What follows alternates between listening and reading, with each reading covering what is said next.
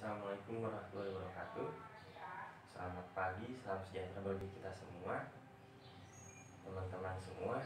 Dikarenakan kita kelasnya online, jadi presentasi kelompok saya yang terdiri dari saya, kemudian ada Saleh, ada Haji, selanjutnya ada Iha. Kita beralih ke media video presentasi ini. Hari ini kita akan membahas tentang mamalia laut. Karena itu, selamat menyimak. Teman-teman pasti tahu semua ya.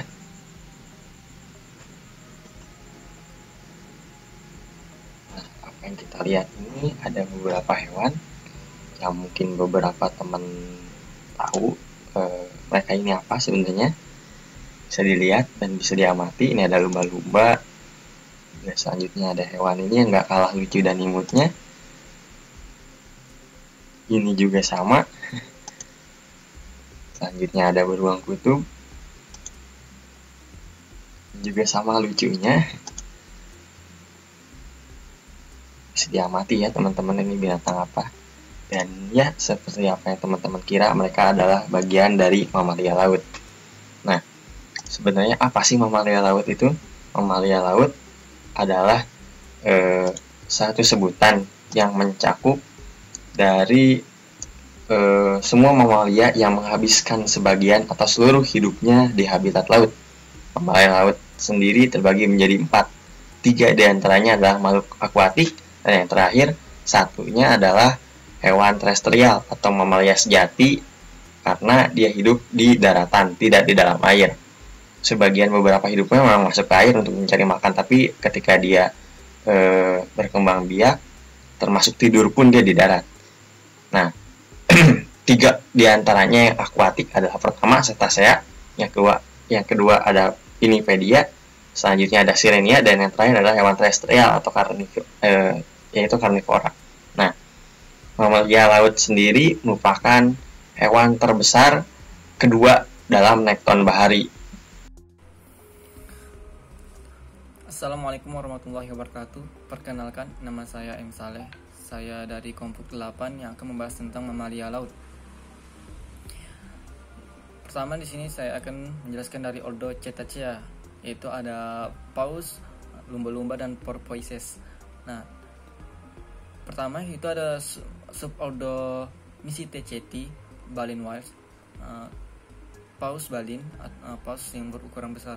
Nah, ada beberapa contoh dari paus baleen, yaitu paus bungkuk Megaptera novaengliae, paus biru Balaenoptera musculus, dan paus tombak Balaenoptera acuthorostrata. Kemudian itu subordo Odontoceti, yaitu paus bergigi Pisceteridae sperm whale. Itu ada paus sperma Pisceter macrocephalus, dan ada Kogidae, yaitu Kogia breviceps, paus sperma kerdil, dan juga Kogia simus, yaitu paus sperma cebol. Lanjutnya itu ada Zipidae, paus berparuh. Contohnya paus berparuh blindfield, Mesoplodon desirostris, terus paus berparuh gingotothead, yaitu Mesoplodon gingodens, dan ada paus berparuh longman, Mesoplodon pacificus. Masih dari subordo Odontoceti ada Delphinidae. Contohnya paus kerdil pembunuh, yaitu Pheresa attenuata, paus pembunuh Archinus orca, dan juga paus pembunuh palsu, false killer whale, Pusudorcha crasidens. Terus dari Pochonidae porpoises. Nah, di sini ada Finless porpoise, Neophochaina pochainoides. Dan terakhir itu ada ordo Sirenia, yaitu dugong.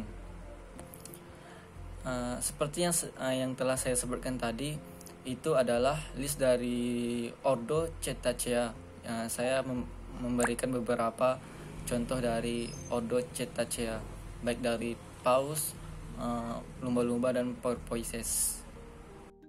Saya Farhatus Solihah akan menjelaskan ciri-ciri mamalia. Ciri-ciri mamalia pada umumnya yang pertama memiliki kelenjar susu. Kelenjar susu ini dimiliki pada sang betina. Maka dari itu mamalia biasa disebut sebagai hewan yang menyusui. Kemudian susunan tubuh mamalia. Susunan tubuh mamalia terdiri dari kepala, leher, badan, dan ekor.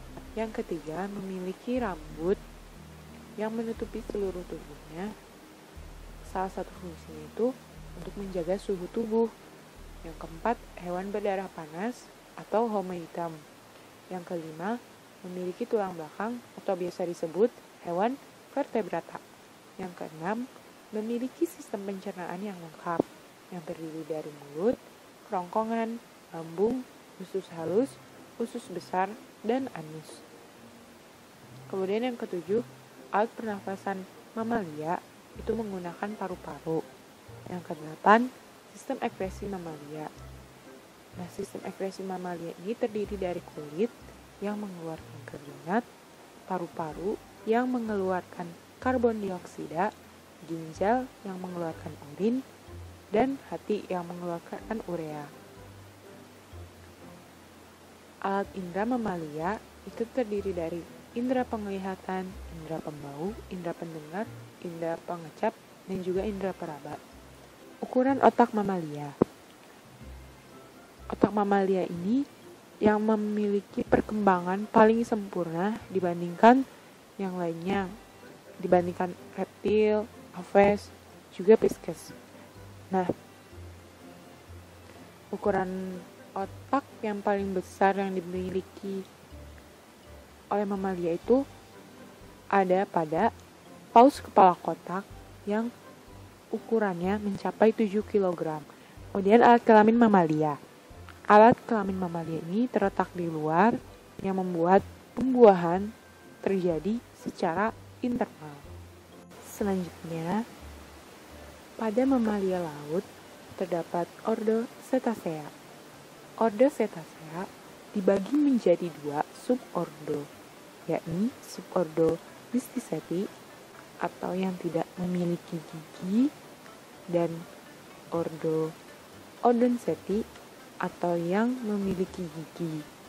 Subordo Mysticeti tidak memiliki gigi, namun mereka memiliki balin yang berfungsi sebagai penyaring makanan. Di sini ada salah satu contoh spesies dari famili Balaenopteridae, yakni Megaptera morpha-anglie atau yang biasa kita sebut sebagai paus bungkuk. Dari famili Balaenopteridae yang memiliki 3 tonjolan pada moncongnya dan ada yang memiliki 1 tonjolan pada moncongnya. Yang memiliki 3 tonjolan pada moncongnya yaitu Balaenoptera edeni atau Paus Bridae. Sedangkan Balaenopteridae yang lain hanya memiliki 1 tonjolan pada moncongnya. Pada famili Balaenopteridae ada juga yang memiliki lipatan tenggorokan sampai ke pusar dan ada yang memiliki lipatan tenggorokan tidak sampai pusar. Nah, contohnya ini yang sampai ke pusar itu Paus omura atau Balaenoptera omura dan Paus sei atau Balaenoptera borealis. Penyebaran paus juga tersebar di seluruh dunia. Salah satu contohnya itu Balaenoptera acutorostrata yang tersebar di seluruh dunia. Kemudian di sini ada Paus sei atau Balaenoptera borealis dan Paus biridae atau Balaenoptera edeni yang sama-sama juga tersebar di seluruh dunia seperti yang tertera pada peta. Nah, selanjutnya saya akan menjelaskan tentang Balaenoptera musculus dan Balaenoptera physalus yang menamainya juga sama, Linnaeus di tahun 1758. Nah, Balaenoptera musculus sendiri merupakan nama lain dari paus biru.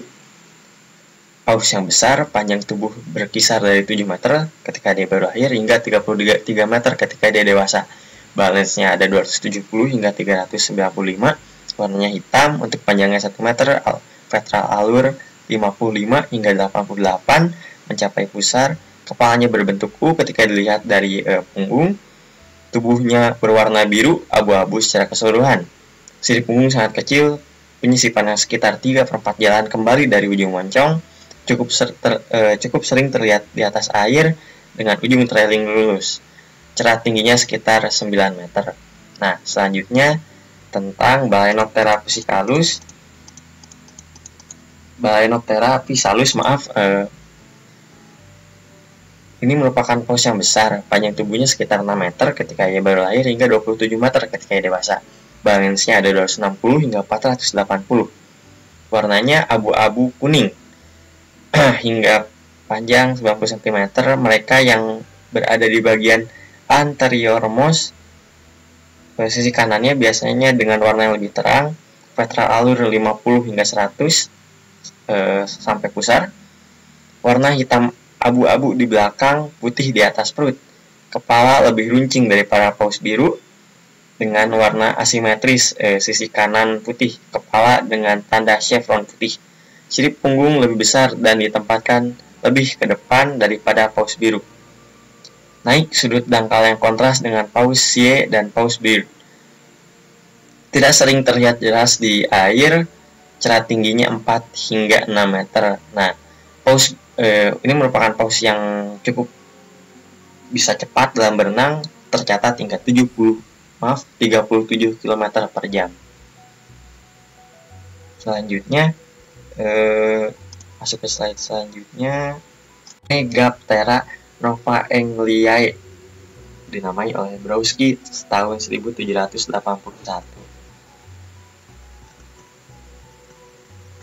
Nah, ini merupakan nama lain dari paus bungkuk. Nama lainnya paus bungkuk. Panjang tubuhnya sekitar 4,5 meter ketika ia baru lahir sampai 16 meter ketika ia dewasa. Balance-nya ada 231 hingga 360, warnanya hitam hingga 60 cm. Alur ventral 14 hingga 35 mencapai setidaknya pusat. Warna tubuhnya abu-abu gelap hingga kehitaman. Nah, siripnya sangat panjang, mulai dari warna hitam hingga putih semua nih siripnya. Dan sirip punggung sangat bervariasi dalam bentuk, sering juga ada yang berpunuk, juga dengan serangkaian benjolan di dekat sirip, sering muntah terpapar di atas air. Nah, ujung trailingnya bergerigi. Nah, ia memperlihatkan pola warna sangat mencolok untuk diidentifikasi foto, tentunya karena warnanya hitam. Nah, cerat lebat hingga 3 meter. Selanjutnya, saya akan menjelaskan key to the families and species of Cetacea, suborder Odontoceti. Ini adalah contoh dari suborder Odontoceti. Bisa dilihat, ini ada Piceteridae, ada Cobidae, ada Zipidae, ada Opoenidae, ada Delphinidae. Nah,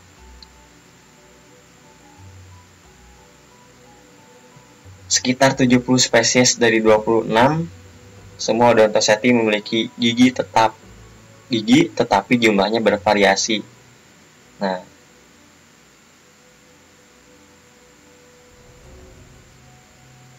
pada beberapa spesies giginya hanya tumbuh pada jantan. Misalnya spesies yang memberi makan cumi-cumi cenderung memiliki lebih sedikit gigi daripada spesies memakan ikan yang memiliki banyak gigi berbentuk jarum. Nah, sekarang akan saya jelaskan sedikit mengenai perbedaan antara masing-masing spesies yang ada di suborder Odontoceti. Kita lihat di sini bahwa rahang atas memanjang secara signifikan di luar rahang, ya, dibandingkan dengan ini, dibandingkan dengan yang lain, yang rahangnya tipis, rahang atas dan rahang bawah sekitar level yang sama. Seperti ini, tidak seperti ini yang memanjang secara signifikan.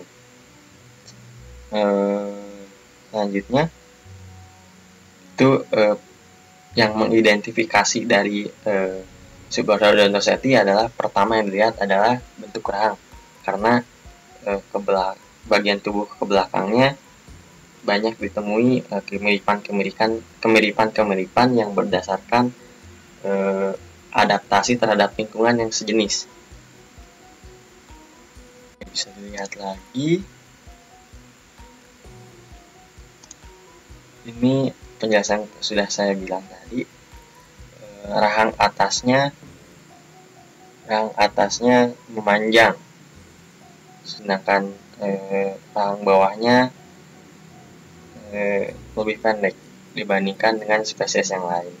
Bentuk gigi juga bisa dilihat mengidentifikasi bahwa mereka memakan jenis makanan apa.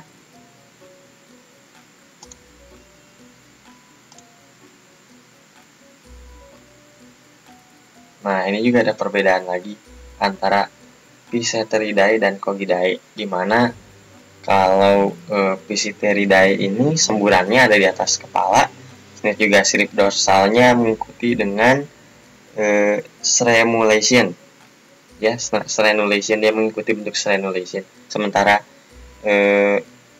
Cogidae itu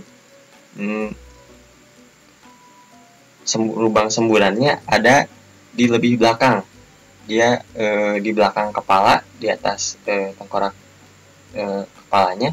Kemudian juga sirip punggungnya yang menonjol, tidak seperti dorsal yang di Physeteridae. Untuk gigi di Delphinidae bentuknya berbentuk kerucut, tidak seperti di Pocoenidae. Berbeda dengan Delphinidae, giginya berbentuk kerucut karena dia memakan cetacean yang ukurannya medium, dari kecil sampai medium. Berbeda dengan Pocoenidae yang hanya memakan cetacea kecil. Selanjutnya, perbedaan tinjauan Delphinidae dan Pocoenidae adalah dari, pertama, prominent median notch atau takik mediannya yang menonjol. Selanjutnya ada ini dari tenggorokannya yang tidak terlihat lipatan mencolok di tenggorokannya. Beda dengan Pocoenidae yang pertama, median notch-nya berbeda, tidak ada takik mediannya, dan juga bentuk tenggorokannya yang memiliki lipatan mencolok. Baiklah, saya akan melanjutkan pembahasan saya, yaitu dari subordo Odontoceti, spesies Physeteridae Macrocephalus, yaitu Pausperma. Pausperma mempunyai tubuh yang berukuran yang jantan bisa mencapai 18 meter, sementara betina bisa sepanjang 12 meter dan berbobot antara 20 sampai 57 ton. Permukaan tubuh Pausperma dipenuhi dengan lipatan dan kerutan. Bentuk tubuhnya memipih ke belakang dengan kepala yang besar, 1/4 sampai 1/3 panjang total, dan berbentuk persegi ketika dilihat dari samping. Rahang bawahnya kecil dan sempit, tidak ada sirip dorsal yang jelas, melainkan tonjolan berbentuk segitiga pada 2/3 panjang badan yang diikuti dengan tonjolan kecil sampai ke fluk. Warna Pausperma didominasi hitam dan abu-abu kecoklatan. Terdapat warna putih di sekitar mulut. Nah, kenapa disebut Pausperma? Karena dia memiliki cairan putih yang di kepalanya, tetapi sampai saat ini tidak diketahui itu berfungsi sebagai apa, berperan sebagai apa. Hanya ada hipotesis sementara bahwa cairan putih itu sebagai keseimbangan bagi paus sperma itu sendiri. Paus ini memiliki karakteristik semburan yang sangat unik, yaitu sudut kemiringan semburannya ke arah kiri karena lubang hidung yang berada di sebelah kiri. Paus sperma mempunyai 20-26 pasang gigi kerucut pada rahang bawah mereka. Setiap gigi bisa mempunyai berat sampai 1 kg. Dipercaya bahwa gigi-gigi tersebut tidak diperlukan untuk mengkonsumsi cumi-cumi. Malah ada paus sperma ini dia sehat dan cukup makan namun tidak bergigi. Konsensus para ilmuwan mengatakan masa kini mengatakan gigi tersebut mungkin digunakan dalam pertengkaran antara paus jantan dalam spesies yang sama. Hipotesis ini konsisten dengan gigi yang berbentuk kerucut dan jarang. Gigi yang belum sempurna juga terdapat di bagian rahang atas, tetapi gigi tersebut jarang tumbuh dan terlihat di mulut. Persebaran paus sperma paling kosmopolitan yang ditemukan di lautan di dunia, dari Khatulistiwa hingga ke perairan Arktik. Namun, paus sperma yang betina jarang melampaui zona subtropis, sedangkan jantannya saat migrasi melakukan perjalanan dari utara sampai ke Selat Davis menuju Barents dan Laut Bering di selatan sampai ke Antartika. Lanjut, saya akan menjelaskan lagi dari spesies Kogia breviceps, paus sperma kerdil. Paus sperma kerdil sangat sulit dideteksi kecuali di laut yang sangat tenang. Paus sperma kerdil memiliki kepala seperti hiu dengan rahang bawah yang sempit, sirip diatur tinggi di sisi dekat kepala. Sirip punggung falcate kecil lebih besar 5% dari panjang tubuh, biasanya terletak jauh di belakang titik tengah punggung. Paus sperma kerdil diimbangi mulai dari get gelap di bagian belakang hingga putih di bawah. Seringkali perut memiliki nada merah muda, ada tanda braket berwarna terang dijuluki insang palsu di sepanjang sisi antara mata dan sirip. Rahang bawah mengandung 12 hingga 16, kadang-kadang 10 atau 11 pasang gigi panjang seperti taring yang masuk ke dalam soket di rahang atas. Biasanya tidak ada gigi di rahang atas. Paus sperma kerdil dan paus sperma cebol itu agak sulit dibedakan di laut. Paus sperma kerdil tubuh dengan panjang total agak lebih besar dan memiliki sirip punggung yang lebih kecil dan lebih bulat mengatur semakin jauh ke belakang pada tubuh. Paus sperma kerdil diketahui dari perairan dalam di daerah beriklim tropis hingga hangat di semua samudera. Mereka tampaknya sangat umum di atas dan di dekat lereng benua. Sebagian besar penampakan paus sperma kerdil dari kelompok kecil kurang dari 5 atau 6 individu. Hampir tidak ada diketahui tentang perilaku dan ekologi spesies ini. Mereka jarang terlihat di laut, tetapi mereka adalah paus kecil yang paling sering terlantar di beberapa daerah. Ketika dilihat di laut, mereka umumnya tampak lambat dan lamban tanpa pukulan yang terlihat. Sangat sedikit diketahui tentang biologi reproduksi paus sperma kerdil. Sedangkan studi tentang kebiasaan makan paus ini berdasarkan isi lambung dari hewan yang terdampar menunjukkan bahwa spesies ini mencari makan di air yang dalam pada cephalopoda dan lebih jarang pada ikan laut dan udang. Panjang paus sperma ini pada saat lahir itu bisa mencapai 2,7 dan hingga ke dewasa itu 3,4 meter. Paus sperma kerdil itu bisa mencapai 2,7 hingga 3,4 meter. Pada saat lahir itu dia berukuran 1,2 meter dan memiliki berat 400 kg. Masih di spesies Kogidae, yaitu Kogiasimus, paus sperma cebol. Paus sperma cebol penampilannya itu sangat mirip dengan paus sperma kerdil, tetapi dia memiliki sirip punggung yang lebih besar 5% dari panjang tubuhnya. Umumnya terletak lebih dekat bagian tengah di punggung. Seperti kongenalnya, paus sperma cebol memiliki profil mirip hiu tetapi dengan moncong yang lebih runcing daripada paus sperma kerdil. Paus sperma cebol memiliki warna abu-abu di dorsal hingga putih di perut, dan tanda pigmen berbentuk seperti celah insang hiu di sisi kepalanya. Umumnya sepasang alur pendek mirip dengan paus paruh ada di tenggorokan. Ada 8-11, tetapi jarang sampai 13 pasang gigi di rahang bawah. Kadang-kadang gigi atas kadang-kadang gigi ada juga di rahang atas. Paus sperma cebol yang sangat mirip dalam penampilan dengan paus sperma kerdil. Selain mencapai panjang maksimum yang lebih kecil, paus sperma cebol memiliki sirip punggung yang lebih tinggi, lebih mirip lumba-lumba yang terletak lebih ke tengah punggung. Namun karena ukuran tumpeng tindih dan sirip punggung bervariasi dalam ukuran dan posisi, banyak penampakan di laut paus sperma cebol mungkin tidak dapat diidentifikasi karena diketahui itu dari penampakan atau dari untaian yang secara positif dalam pertemuan di laut.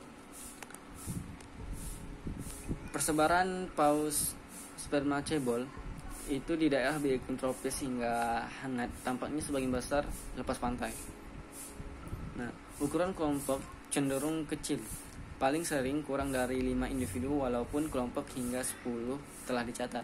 Spesies ini seperti paus sperma kerdil juga pemalu dan tidak menunjukkan gejala ketika diamati di laut. Ketika terkejut, paus sperma kerdil dan mungkin paus sperma paus sperma cebol ini dapat meninggalkan seperti berwarna karat dan bahan tinja saat mereka menyelam.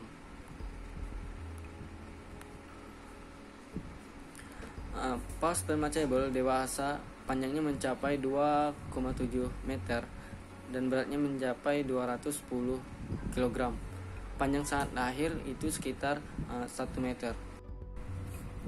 Baiklah, selanjutnya dari spesies Zipidae, Hyperodon sp. Hyperodon sp ini yang tidak dikenal muncul yang muncul di area yang tersebar luas di Pasifik tropis. Karena tidak ada spesimen dan dari spesies ini yang telah diperiksa, deskripsi umum genus yang diberikan di sini perkiraan ukuran tubuh berkisar dari 4 hingga sampai 9 meter panjang tubuh. Ukuran saat lahir tidak diketahui. Kepala bulat dan paruh, dan terutama pada jantan. Spesies yang diyakini terjadi di perairan Khatulistiwa Indo-Pasifik. Penampakan yang dapat diandalkan di dalam area dari perairan Indonesia dianggap sama dengan Mesoplodon pachyphysus oleh beberapa penulis. Ada beberapa penampakan di lokasi yang tersebar luas di Pasifik tropis dan lautan India dari paus yang tak dikenal yang tampaknya milik genus Hyperodon. Mungkin paus bottlenose selatan Planifron.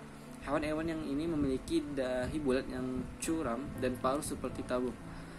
Seperti pada sebagian besar paus paruh lainnya, sirip punggung terletak di belakang titik tengah punggung, tetapi lebih besar daripada paus paruh lainnya. Selama penampakan ini tidak ada gigi yang terlihat dari mulut yang tertutup.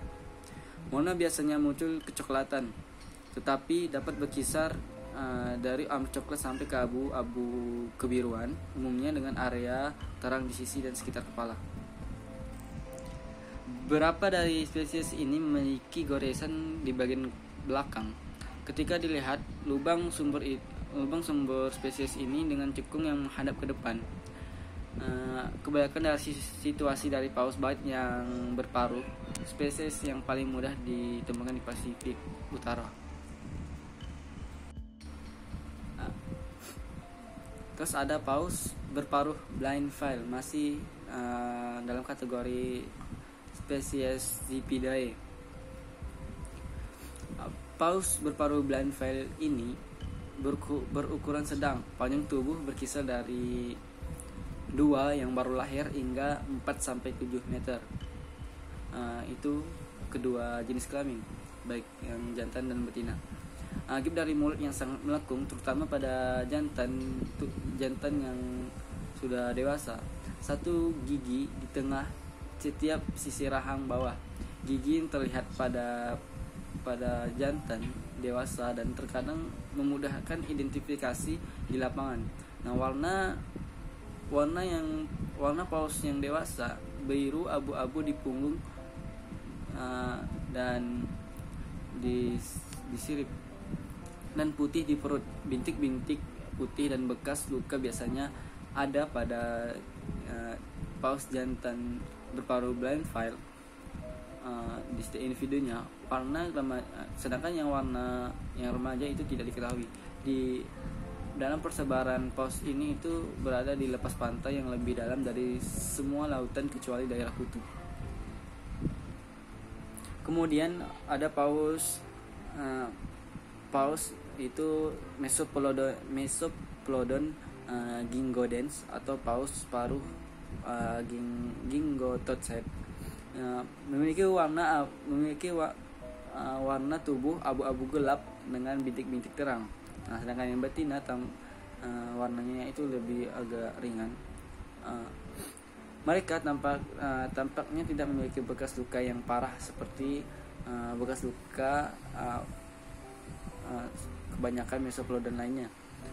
Alur tenggorokan, sirip punggung dan cacing ekor adalah tipikal untuk spesies Mesoplodon. Embus memiliki gading pipi yang nyaris tidak menembus garis gusi sedikit di belakang tengah yang bawah. Gigi yang erupsi tidak ada pada betina. Pigmentasi gelap seragam, kecil gigi yang ditempatkan di posterior dan kuku dan di perut jepit yang khas memungkinkan klarifikasi sementara dari paus paruh bergigi gingo. Jika tidak spesies ini akan hampir tidak dapat dibedakan dari spesies Mesoplodon lainnya. Dan dalam persebaran ikan paus ini persebaran paus ini itu berdasarkan dari penampakan dan untaian yang tersebar luas meskipun jarang di perarian beriklim sedang dan tropis Samudra Indo-Pasifik. Hampir tidak diketahui tentang biologis paus paruh bergigi gingo. Ukuran maksimum itu diketahui 4,9 meter betina dan 4,8 meter yang jantan. Saat lahir mereka diperkirakan sekitar 2 hingga 2,5 meter. Berikutnya yaitu Mesoplodon layardi, paus bergigi tali. Nah, paus ini memiliki ciri khas yang unik, yaitu taring panjang yang muncul dari dekat tengah rahang bawah dan melengkung ke belakang dan ke dalam, memanjang di rahang atas, sering mencegahnya membuka lebih dari beberapa sentimeter. Nah, bagaimana hewan ini makan dengan pengaturan seperti itu belum diketahui. Nah, pola warna kompleks lebih dikenal daripada sebagian besar spesies Mesoplodon karena spesies ini dia tuh memiliki sebagian besar berwarna abu-abu atau hitam, kadang-kadang dengan semburan ungu atau coklat. Sebagian besar bagian bawah berwarna kulit di sekitar lubang di antara sirip pada paruh. Bercak putih atau abu-abu yang cenderung ditemukan di bagian belakang dan samping. Taring yang unik ini membuat mereka dapat diidentifikasi jika dilihat. Betina kemungkinan tidak mungkin untuk dibedakan dari spesies Mesoplodon lainnya. Paus bergigi tali ini dalam persebarannya itu terus-menerus di perairan beriklim dingin di belahan bumi selatan. Terjadi di Afrika Selatan, Australia, Tasmania, Selandia Baru, Tierra dan Fuego, Uruguay, dan Kepulauan Falkland. Betina yang dewasa mencapai panjang setidaknya 6,2 meter dan jantan mencapai 5,9 meter, menjadikan spesies Mesoplodon terbesar. Panjang saat lahir tidak diketahui, tetapi mungkin mendekati 3 meter. Selanjutnya yaitu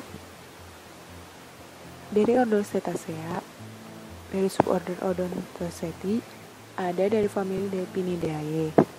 Di famili Delphinidae terdapat spesies yang berkepala bulat dan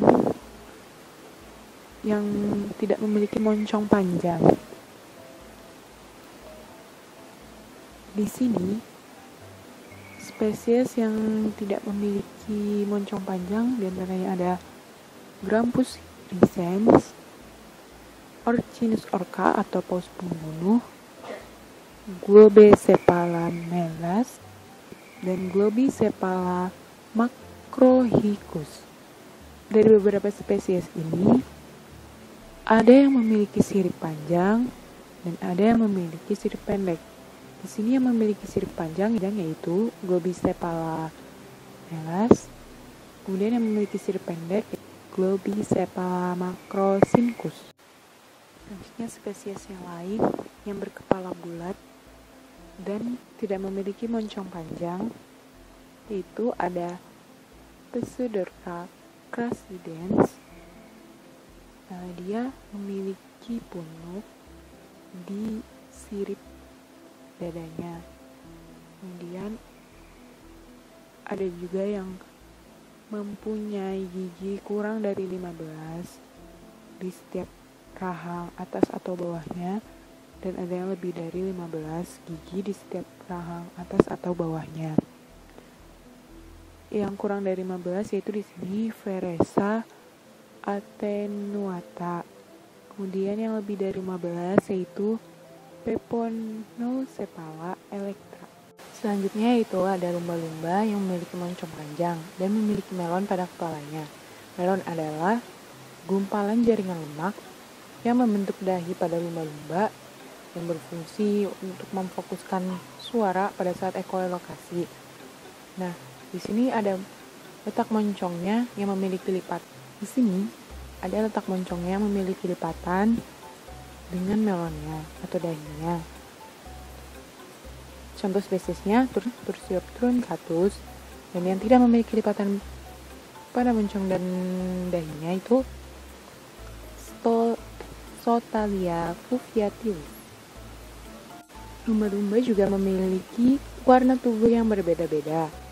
Ada yang memiliki tubuh gelap di atasnya, kemudian di bawahnya terang, dan ada yang memiliki warna tubuh gelap pada bagian punggungnya. Di sini yang memiliki tubuh terang pada bagian bawahnya itu Setenella frontalis, dan yang memiliki tubuh yang berwarna gelap pada bagian punggungnya yaitu Setenella attenuata. Selanjutnya ada ordo Sirenia. Ordo Sirenia terbagi menjadi dua famili, yaitu famili Dugongidae atau yang kita biasa kenal sebagai dugong, dan famili Trichachidae atau yang biasa kita kenal dengan manatee. Perbedaan yang sangat menonjol di antara keduanya yaitu bentuk ekornya. Bentuk ekor dugong seperti bentuk ekor paus, sedangkan bentuk ekor manatee seperti bentuk dayung. Ukuran tubuh manatee juga. Dari segi ukuran tubuhnya juga, manatee memiliki ukuran tubuh yang lebih besar dibanding dugong. Selanjutnya saya akan menjelaskan tentang Trisidae, Dugongidae, dan Tricesus manatus. Nah, ini merupakan bagian dari ordo Sirenia.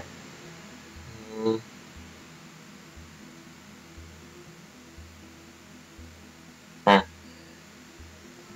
Trisidae adalah binatang yang ditemukan di daerah tropis dan subtropik, di mana sangat sensitif terhadap dingin. Jadi alasan mereka hidup di tempat-tempat beriklim tropis dan subtropis adalah karena mereka cukup sensitif dengan yang namanya dingin. Mereka dicirikan oleh ekor yang pipih dan pipih secara horizontal, berlawanan untuk bercabang seperti ikan duyung yang terlihat seperti paus dengan hanya 6 vertebrata cervix. Manatee adalah beberapa di antara kelompok mamalia yang berbeda dari kelompok mamalia lainnya. Mereka juga unik.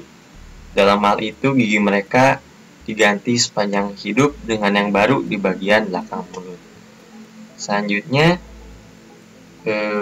Dugongidae yang merupakan spesies satu-satunya yang hidup dalam famili Dugongidae dibandingkan anggota terbaru lainnya. Stellar Seacow telah punah semenjak tahun 1768. Dugong adalah binatang tropis dan subtropis, tetapi laut sapi Steller adalah penghuni perairan beriklim dingin hingga subarktik.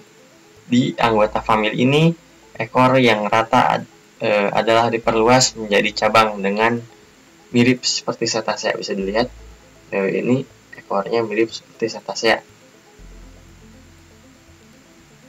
Karakter lain termasuk moncongnya yang dibelokkan ke bawah. Ini moncongnya belok dia ke bawah. Kehadiran gigi yang menonjol keluar pada jantan. Hanya duyung sapi laut Steller tidak punya gigi. Tubuh yang lebih ramping daripada manatee dan tidak adanya kuku pada sirip.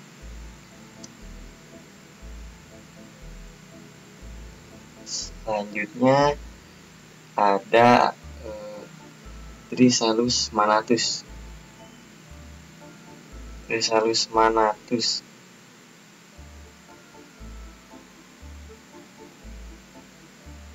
Triceratops manatus sebutannya adalah manatee India Barat. Nah, gemuk, mempunyai ekor dengan panjang dan fleksibel.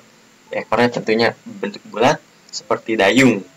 Kepalanya kecil tanpa leher yang terlihat dan banyak lipatan serta kerutan halus yang terlihat di sepanjang tubuhnya.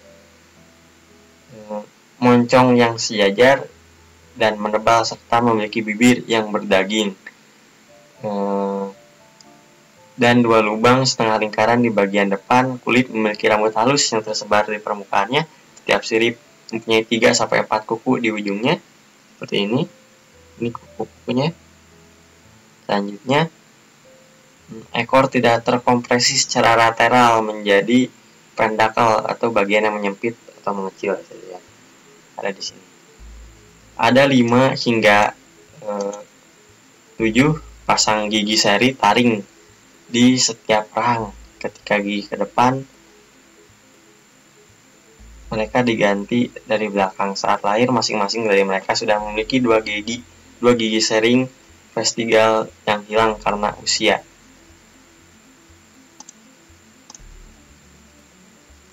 Ini letak persebaran mereka. Mereka banyak di Amerika, mulai dari Amerika hingga Amerika Selatan, dan juga sedikit terlihat di sini dan juga sedikit aja di sini. Tapi mereka lebih dominan di Amerika hingga Amerika Selatan. Assalamualaikum warahmatullahi wabarakatuh. Saya di sini akan menjelaskan bagaimana cara atau proses reproduksi mamalia laut. Pada dasarnya mamalia yang hidup di laut ataupun mamalia yang hidup di darat memiliki struktur anatomi yang hampir sama. Hanya saja yang membedakan mereka adalah tempat tinggal atau biasa kita sebut dengan habitat. Lumba-lumba, paus, dan dugong adalah beberapa hewan yang masuk dalam kategori mamalia laut. Sama seperti mamalia di darat, maka bereproduksi dengan cara melahirkan, menyusui anaknya, dan bernapas dengan paru-paru. Berbeda dengan ikan yang bernapas dengan insan dan tidak menyusui anaknya. Mamalia laut sama seperti mamalia darat, yaitu berdarah panas. Karena kondisinya ini, suhu tubuh akan selalu sama dan tidak terpengaruh oleh suhu lingkungannya, sehingga dibutuhkan beberapa adaptasi untuk bertahan di lingkungan laut yang dingin, seperti Yang pertama memiliki blubber, yaitu jaringan kaya lemak yang dapat menghasilkan minyak untuk menghangatkan tubuh. Lalu yang kedua memiliki rambut dan bulu. Jika dikarakteristikan, mamalia laut dibagi menjadi dua jenis, yaitu yang pertama mamalia laut yang harus kembali ke darat untuk bereproduksi, menyusui, dan beristirahat. Contohnya anjing laut, beruang kutub, dan berang-berang laut. Lalu yang kedua adalah mamalia laut yang menghabiskan seluruh hidupnya di laut. Contohnya paus, lumba-lumba, pesut, manatee, dan dugong. Saya di sini akan mengambil salah satu contohnya. Contoh perkembangan embrio pada mamalia laut, atau di sini yang pertama adalah reproduksi paus. Paus atau lodan khusus yang bergigi dan bukan berukuran kecil adalah sekelompok mamalia yang hidup di laut. Sebutan paus diberikan pada anggota bangsa Cetacea yang berukuran besar. Meskipun dalam bahasa Indonesia paus ini disebut ikan paus, paus sebenarnya bukanlah tergolong dalam keluarga ikan. Paus mempunyai ciri-ciri sebagai berikut. 1. Bernapas melalui paru-paru. Yang kedua adalah mempunyai rambut sedikit, hampir tidak ada bagi paus dewasa. Yang ketiga adalah berdarah panas. Lalu yang keempat mempunyai kelenjar susu. Yang kelima mempunyai jantung dengan 4 ruang. Terus alat reproduksi dan proses perkawinan pada paus. Reproduksi merupakan suatu proses di mana organisme menghasilkan individu baru melalui material gen dan memelihara secara berkelanjutan kehidupan individu baru tersebut. Semua jenis mamalia melahirkan dengan cara pembuahan di dalam internal fertilization. Selain itu, semua jenis mamalia memiliki alat kelamin yang terpisah dan karakteristik seksual yang hanya dimiliki oleh masing-masing jenis kelamin.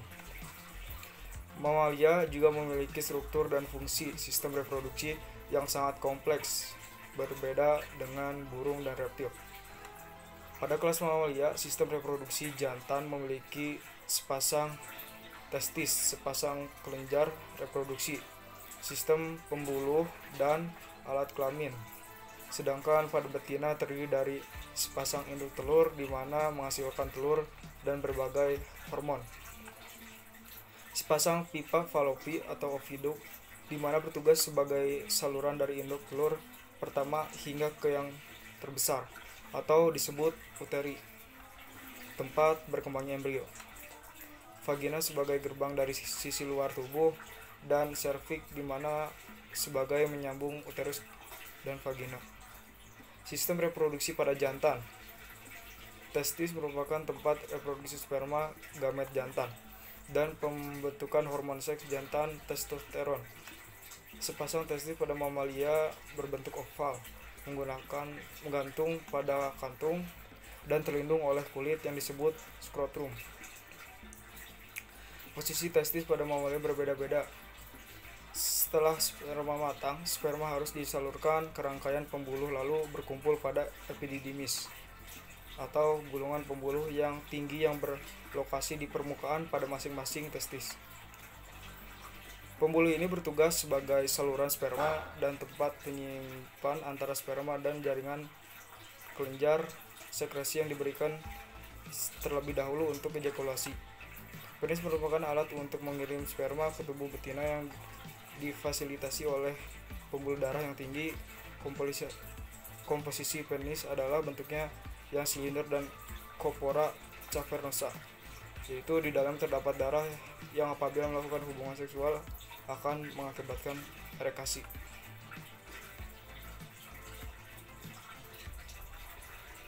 Ya, di sini saya akan menjelaskan ordo karnivora, yaitu pinniped dan karnivora laut lainnya. Subordo Pinnipedia, yaitu ada anjing laut, ada singa laut, dan walrus. Ada 34 spesies pinnipeds subordo Pinnipedia yang semuanya ditempatkan pada 3 famili dan ordo mamalia karnivora, Otaridae, Ochidae, dan Odobanidae. Otarid adalah 14 spesies dari singa laut dan anjing laut berbulu. Kadang-kadang disebut anjing laut bertelinga atau berjalan. Ochid adalah 19 spesies anjing laut yang benar, yang direduksi menjadi hanya satu spesies hidup tunggal. Warus ada kontroversi mengenai apakah pinniped bersifat monopolit, yaitu berevolusi dari satu leluhur tunggal, atau bipletik dari dua leluhur yang terpisah. Pinniped adalah karnivora perairan yang sangat terspesialisasi yang hidup dalam keanekaragaman habitat laut, dan beberapa di antaranya di air tawar juga. Salah satunya fitur pemersatu grup adalah bahwa semua harus kembali ke tempat padat, misalnya seperti tanah atau es. Untuk melahirkan anak-anaknya, wanita melahirkan anak tunggal per upaya reproduksi kembar adalah sangat langka di semua spesies. Semua spesies amfibi, meskipun otarid adalah yang paling gesit dan bergerak di darat, secara umum Pocis adalah penyelam dan yang mampu bernafas lebih lama meskipun ada tumpang tindih di dalamnya. Kemampuan beberapa otarid dan Pocis beberapa spesies menghasilkan banyak waktu di air, hanya datang ke darat untuk berkembang biak atau melahirkan. Semua pinniped memiliki bulu, tetapi juga menggunakan lapisan lemak untuk termoregulasi. Dua set anggota badan disebut sirip Dadinvilpes, kumis panjang, lubang hidung di ujung moncong, dan flap telinga yang berkurang atau hilang. Pinnipeds mabung atau merontokkan bulu setiap tahunnya, beberapa secara bertahap selama beberapa minggu atau bulan, yang lain secara dramatis dalam waktu singkat. Spesies anak anjing dilahirkan dalam mental lanugo yang berbeda dari remaja atau dewasa, dan warna dan panjangnya. Setiap spesies warna pinniped dijelaskan lebih detail daripada untuk Cetacea, karena untuk identifikasi sering ada lebih banyak penekanan pada naungan haus sering terlihat pada pinnipeds diangkut keluar. Untuk di sini adalah identifikasi pinniped di dunia. Yang pertama ada walrus. Ekor yang menempel di tubuh oleh jaringan kulit, moncongnya sangat pendek dan lebar dengan ujung rata. Hampir semua kumis di ujung berlawanan dengan sisi moncong.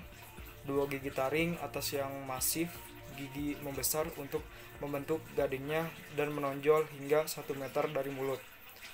Kecuali pada bayi atau ketika putus karena telah pusing ketika dewasa. Hanya 3 gigi taring di setiap baris gigi.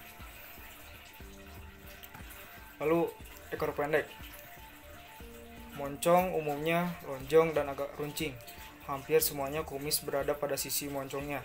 Gigi taring atau tidak membesar untuk membentuk gading yang diproyeksikan keluar mulut, hingga 6 gigi taring di setiap baris.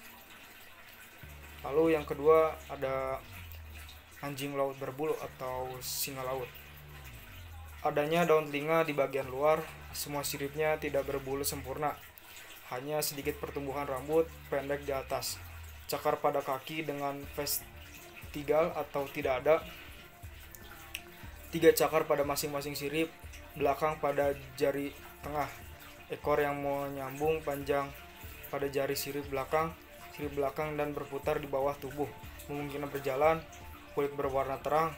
2 gigi seri pertama atas dengan alur belinting. Lalu ada secara umum anjing laut.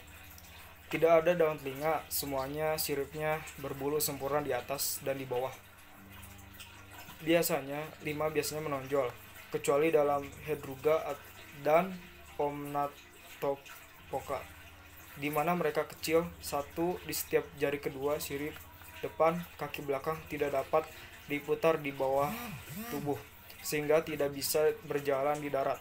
5 atau tidak ada cakar yang terlihat di dekat ujung setiap jari di sirip di belakang. Tidak panjang lipatan ekor kulit pada sirip belakang. Kulitnya berwarna gelap.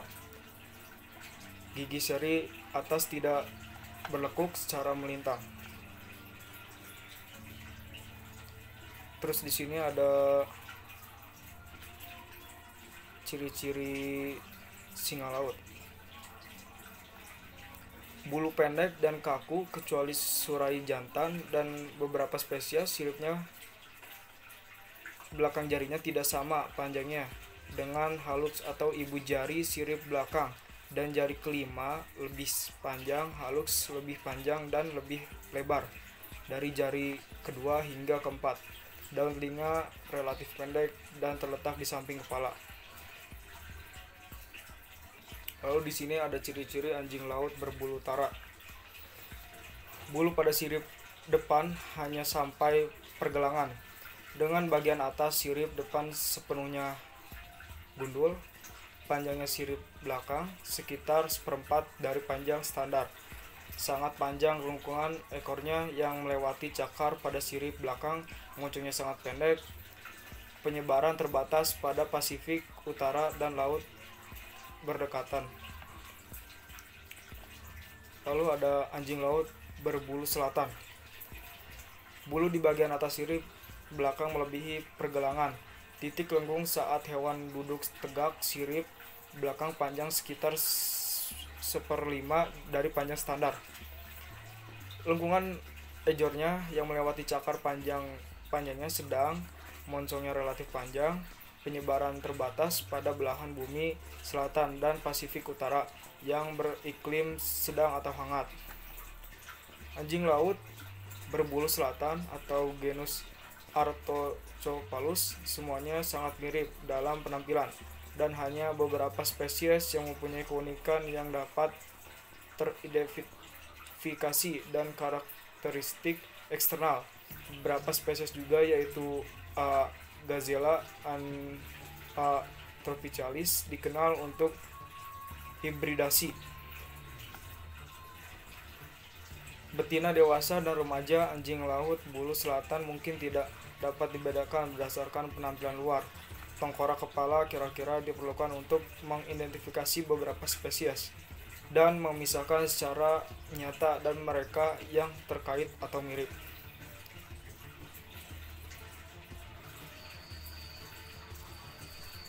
Lalu di sini ada ciri-ciri anjing laut berbulu subantartika.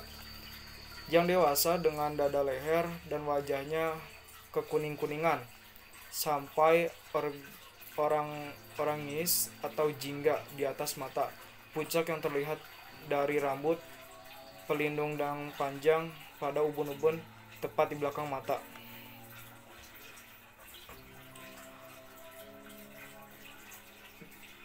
Lalu di sini ada ciri-ciri anjing laut berbulu Antartika, yaitu dewasa yang berukuran medium abu-abu dengan rambut yang buram. Penyebarannya hanya pada Antartika dan subantartika. Lalu di sini ada Galapagos fur seal. Ciri-cirinya yaitu dewasa berukuran kecil, umumnya sedikit membengkukan pada bagian rambut. Jika ada biasanya tidak abu-abu. Penyebarannya terbatas pada kepulauan. Lalu di sini ada anjing laut berbulu Juan Fernandez. Distribusi terbatas pada wilayah di sekitar kepulauan Juan Fernandez di lepas pantai Chili. Lalu ada Guadalupe fossil. Distribusinya terbatas pada Pasifik Utara Timur dari sekitar Pulau Guadalupe Utara hingga California Tengah. Lalu di sini ada ciri-ciri anjing laut Amerika Selatan. Distribusi terbatas di pesisir Amerika Selatan dan Peru, selatan ke Tanjung Horn, dan utara ke Brasil dan Kepulauan Falkland. Distribusinya terbesar baik ke Selandia Baru, Australia Selatan, dan pulau dan perairan subantartika yang berdekatan atau Afrika Selatan. Di sini ada ciri-ciri anjing laut berbulu Afrika Selatan atau Autaria. Ukurannya sangat besar, bentuknya kuat, kepala besar distribusi terbatas ke barat daya dan selatan Afrika dan Australia Tenggara termasuk Tasmania. Lalu di sini ada anjing laut berbulu New Zealand. Ukurannya sedang, bentuk dan ukuran kepala sedang, distribusi terbesar ke Selandia Baru dan pulau-pulau subantartika yang berdekatan dan Australia Barat Daya.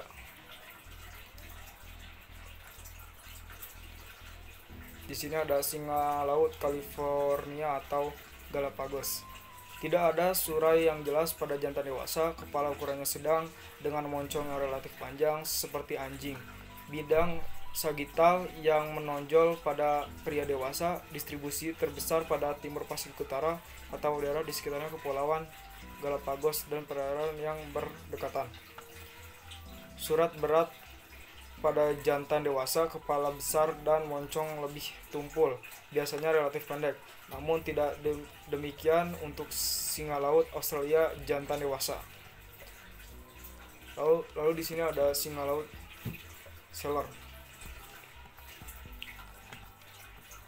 Kedua jenis kelamin berukuran besar, diastemena lebar, celah antara gigi taring 4 dan 5. Sebaran terbesar pada rim sedang dan subpolar Pasifik Utara. Kedua jenis kelamin berukuran sedang, tidak ada diastemena lebar antara 4 dan 5 gigi taring. Distribusi terbatas pada belahan bumi selatan.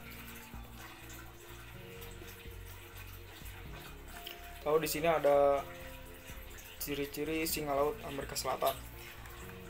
Bulu yang sangat tebal, rimbun dan rambut yang sangat panjang, memoncong, lebar, sangat pendek. Masif, bawah dan dalam, rahang bawah. Distribusi di sepanjang pesisir Amerika Selatan dan Peru pada pantai barat, selatan ke Tanjung Horn, dan utara ke Brasil di pantai timur, termasuk Kepulauan Falkland. Di sini ada ciri-ciri selanjutnya singa laut Australia. Jantan dewasa dengan surai memanjang ke atas kepala dan relatif rata atasnya moncong, umumnya kecoklatan dengan bagian belakang leher dan mahkota kekuningan. Betina terlihat mencolok dengan dua warna, gelap di atas, pucat di bawah, dengan warna pucat di wajah dan di atas mata. Sebaran terbatas ke selatan dan barat daya Australia di perairan pantai.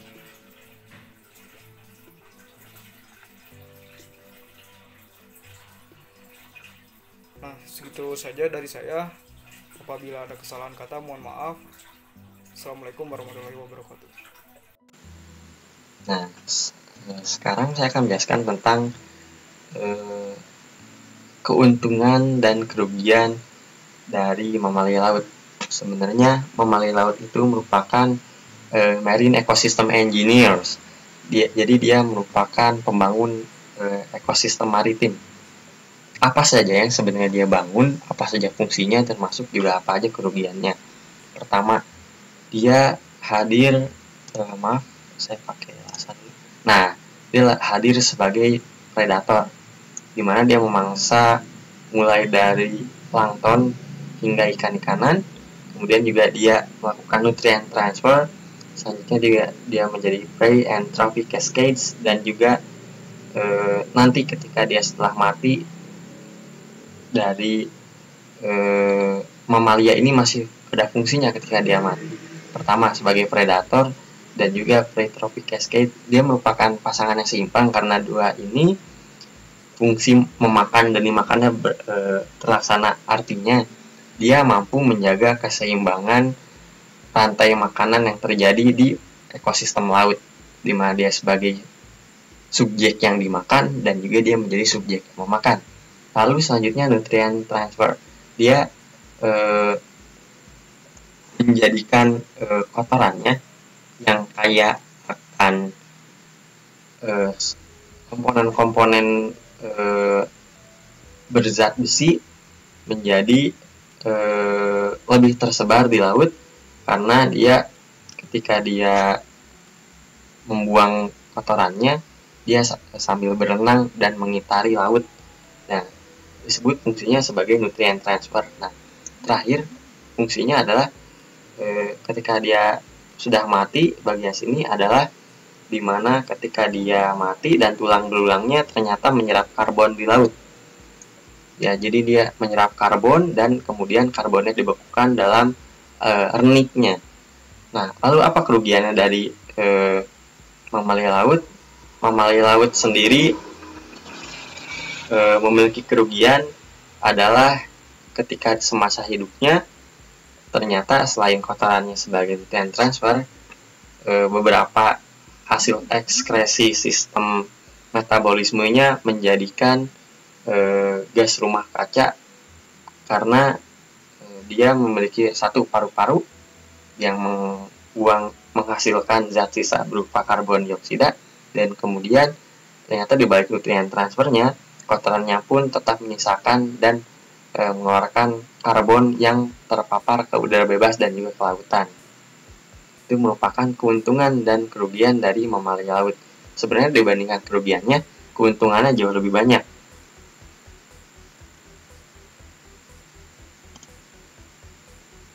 Nah, ini merupakan buku identifikasi kelompok kami. Yang pertama ada Marine Mammals by C.C. Kinsey, dan selanjutnya ada Marine Mammals by G.F. Smith. Kemudian juga ada buku Biologi Laut, suatu pendekatan ekologis oleh James Newbacon. Ada juga Order Sirenia, Manetes and Dugongs, Key to the Species of Sirenia. Selanjutnya juga ada Order Carnivora, Pinnipeds and Order Marine Carnivores, Key to the Species of Carnivora and Pinnipedia.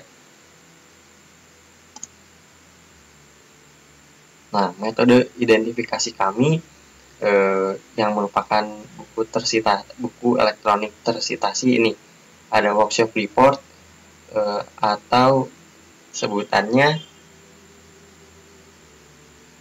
Proceeding Role of Cetaceans in Ecosystem Functioning by Joe Roman, University of Vermont PhD. Nah, saja ada yang saya tadi sebutkan, Marine Mammals by G.F. Smith dan C.C. Kinsey. Nah, saya akan menjelaskan bagaimana atau penerapan metode untuk tingkah laku mamalia laut. Kita ketahui bahwa suara merupakan salah satu aspek penting bagi makhluk hidup, termasuk mamalia laut. Suara yang dihasilkan makhluk hidup umumnya itu timbul karena ada aktivitas seperti makan, minum, bergerak, aktivitas metabolisme, reproduksi, somatik, mencari tempat berlindung dan mempertahankan diri. Nah, itu merupakan suatu sinyal atau informasi yang dapat memberikan petunjuk untuk aktivitas atau tingkah laku makhluk hidup. Kecepatan suara dalam air itu mencapai 1.500 meter per sekon, sekitar 4 kali lebih cepat dibandingkan kecepatan suara di udara. Nah, sehingga merupakan sarana komunikasi yang efektif bagi mamalia laut dalam segala situasi, baik dalam kondisi tanpa cahaya dan cuaca yang kurang baik, serta bisa mencapai jarak yang jauh. Metode bioakustik sangat umum digunakan dalam pemantauan atau pengamatan mamalia laut. Tetapi di Indonesia itu masih sangat jarang dilakukan karena lagi pula metode ini bioakustik ini memerlukan biaya yang mahal. Ya, metode ini sebenarnya itu sangat baik digunakan untuk pengamatan tingkah laku mamalia laut karena beberapa hal. Mamalia laut itu lebih banyak menghabiskan waktu di dalam air dan hanya muncul ke permukaan untuk bernafas. Nah, dia juga menghasilkan deteksi yang lebih detail dan efisien dibandingkan dengan pengamatan secara visual. Pengamatan dengan metode bioakustik menghasilkan pemahaman yang mendalam tentang tingkah laku mamalia laut. Karena mamalia laut menggunakan suara atau sinyal akustik untuk tujuan spesifik. Bioakustik biasanya menggunakan teknik PAM atau passive acoustic monitoring, yaitu pemerekaman sinyal. Dan akustik atau suara untuk mendapatkan informasi dari suatu objek. Dalam perkembangannya, teknik PAM ini terdiri dari 3 cara, yaitu pertama ada stationary observation. Dia tuh alat perekamnya itu diletakkan secara diam diletakkan secara diam diletakkan di dasar laut. Nah, sedangkan yang kedua yaitu towed survey. Towed survey ini biasanya dia itu mikrofon atau perekam sinyal dari metode bioakustik ini. Dia akan ditarik oleh kapal, seperti dia mengikuti kapal di mana kapal itu bergerak. Sedangkan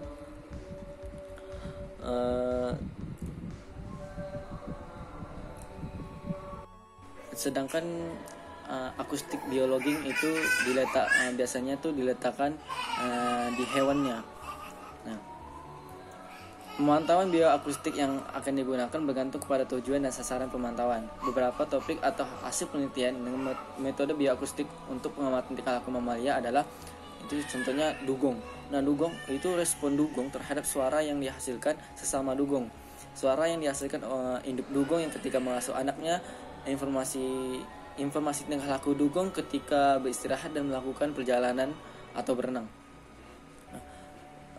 Terus lumba-lumba. Nah, sedangkan lumba-lumba itu struktur dan tipe suara lumba-lumba untuk ekolokasi.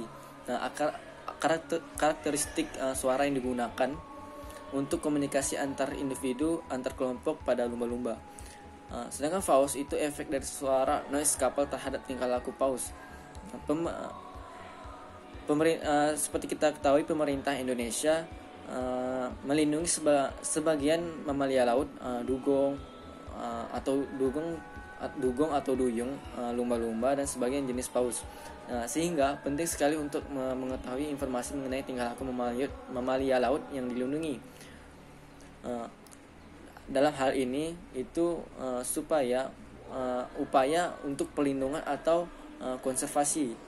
Beberapa informasi yang didapat dari penerapan teknik bioakustik untuk mempelajari tingkah laku mamalia itu dapat menjadi informasi penting untuk upaya konservasi, antara lain informasi lokasi dan tingkah laku ketika melahirkan dan membesarkan anaknya, informasi tingkah laku pola atau periode migrasi mamalia laut, perilaku harian mamalia laut, tingkah laku ketika mencari makan. Berdasarkan hal-hal tersebut yang telah saya sampaikan, sudah saatnya kita harus menerapkan metode bioakustik ini untuk mempelajari mamalia laut yang ada di Indonesia.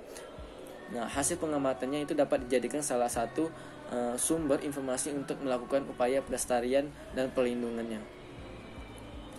Sekian dari penjelasan dari saya. Silap dan salah dan kekurangan dari penyampaian saya mohon maaf atas semuanya. Saya akhiri. Wassalamualaikum warahmatullahi wabarakatuh. Selanjutnya ke metode pengamatan. Yang pertama dilakukan adalah mengkoleksi informasi yang dapat diambil dari konstruksi spesies. Nah, itu merupakan incidental signing and strandings. Metode pemantauan ini tidak memberikan ukuran kuantitatif untuk menilai perubahan populasi. Selanjutnya, land-based monitoring. Ini merupakan pengamatan yang dilakukan dari darat, yaitu karena beberapa cetacean hidup secara permanen dekat ke permukaan garis pantai. Nah, dari beberapa dari mereka juga melakukan migrasi, yang saat belum migrasi mereka mendekati garis pantai. Nah, komponen yang digunakan adalah ini ada binokular teleskop. Ini merupakan metode yang mudah dan juga tidak mahal. Nah, selanjutnya ada biopsi sampling. Nah, ini contoh dari sampel yang diambil dari mamalia laut. Nah, bagaimana cara kerjanya? Berbeda dengan land-based monitoring, biopsi sampling ini harus diperlukan. Pertama ada kapal, kedua ada senapan, dan kemudian dokumentasi untuk mendokumentasi bagaimana respon ketika sebuah mamalia laut mendapat stimulus rasa sakit. Sebenarnya ya ini juga cukup menyakitkan sebenarnya untuk mamalia laut, karena ini seperti selongsong kosong yang ditembakkan ke kulitnya mamalia laut untuk mengambil bagaimana kondisi maupun juga kandungan yang terjadi dan ada di dalam kulit serta hingga kedalaman tertentu pada tubuh mamalia laut. Ini setelah sampelnya nanti akan diamati di lab untuk ditindaklanjuti.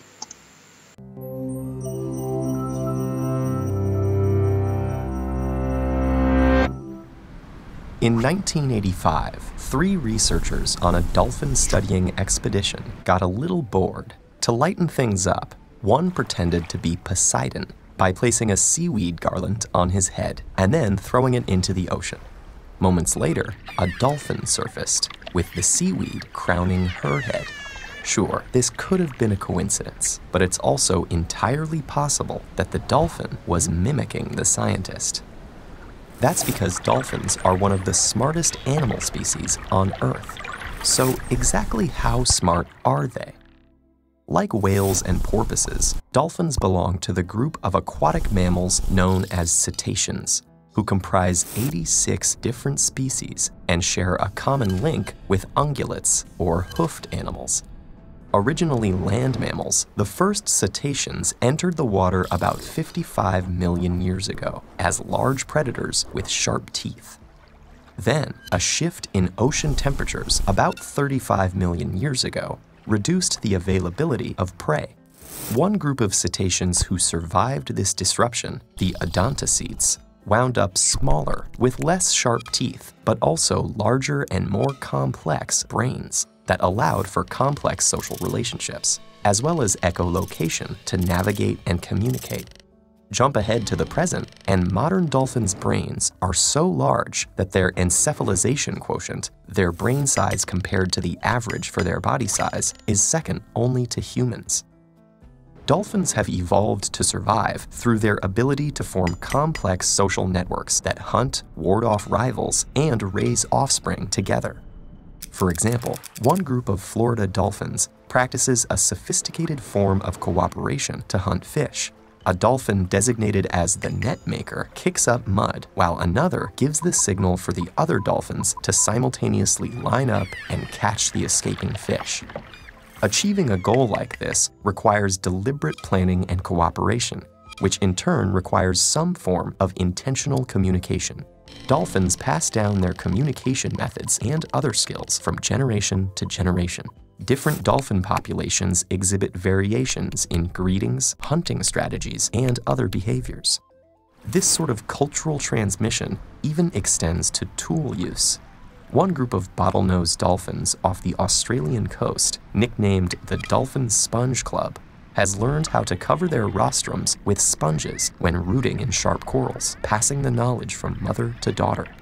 Dolphins have even demonstrated language comprehension.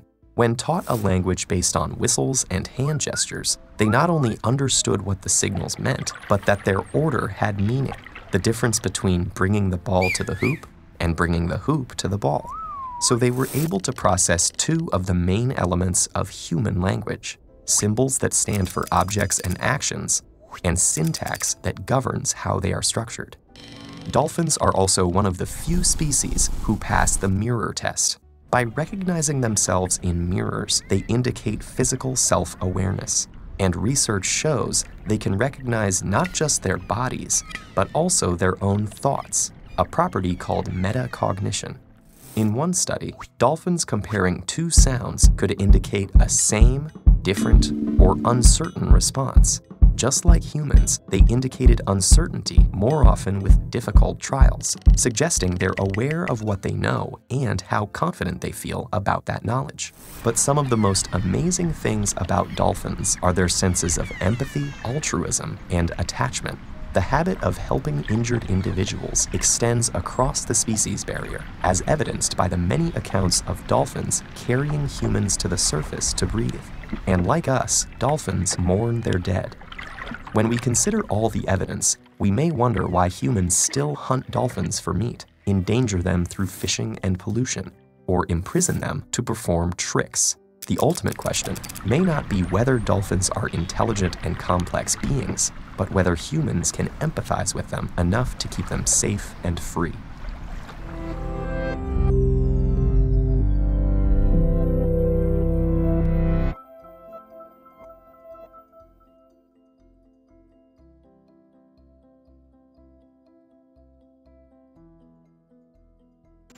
Sekian dari kelompok kami, semoga dapat menyajikan materi dengan semaksimal mungkin, meskipun dengan kondisi seminimal mungkin.